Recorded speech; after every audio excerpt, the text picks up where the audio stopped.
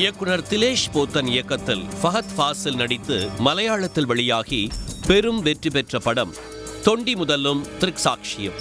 இந்த படத்தில் செயினை திருடி விழுங்கிவிட்டு ஃபஹத் ஃபாசில் நாடகமாடுவார். இந்த காட்சியை அப்படியே நெல்லை மருத்துவமனை ஒன்றில் ரீக்ரியேட் செய்திருக்கிறார் ஒரு நபர். திருடன் விழுங்கிய செயினை போலீசார் நீண்ட போராட்டத்திற்கு பின் மீட்டது எப்படி?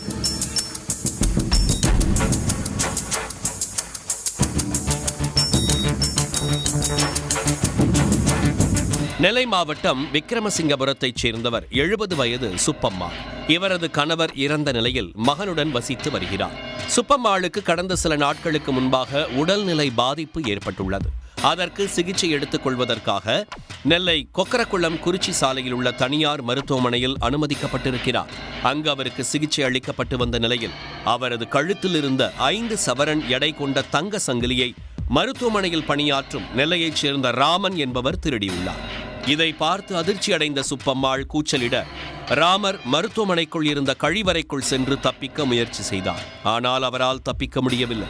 இதனால் அவர் தங்க சங்கிலியை வாய்க்குள் போட்டு விழுங்கியுள்ளார். அவரை மடக்கி பிடித்த மருத்துவமனை ஊழியர்கள் பாளையங்கோட்டை காவல்துறையினருக்கு தகவல் கொடுத்தனர். காவல்துறையினர் சம்பவ இடத்திற்கு வந்து விசாரணை செய்தபோது ராமனிடம் செயின் இல்லை, அவர் செயினை திருடவில்லை என சாதித்துள்ளார்.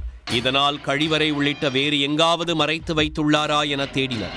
எங்கும் கிடைக்காத நிலையில் ராமர் சங்கிலியை சினிமா பாணியில் விழுங்கியிருக்கலாம் என சந்தேகித்த போலீசார் அவரிடம் விசாரித்தனர். நீண்ட போராட்டத்திற்கு பிறகு செயினை திருடி விழுங்கியதை ஒப்புக்கொண்டுள்ளார். அதனைத் தொடர்ந்து அதே மருத்துவமனையில் மருத்துவர்களின் ஆலோசனைப்படி ராமருக்கு இனிமா கொடுக்கப்பட்டு தங்க நகையை போலீசார் மீட்டு சுப்பம்மாளிடம் போலீசார் ஒப்படைத்தனர். தொடர்ந்து பாளையங்கோட்டை போலீசார் வழக்கு பதிவு செய்து ராமரை கைது செய்தனர். சினிமா பாணியில் செயினை திருடி விழுங்கிவிட்டு திருடன் நாடகமாடிய சம்பவம் நெல்லை மருத்துவமனையில் சில மணி நேரம் பரபரப்பை ஏற்படுத்தியது.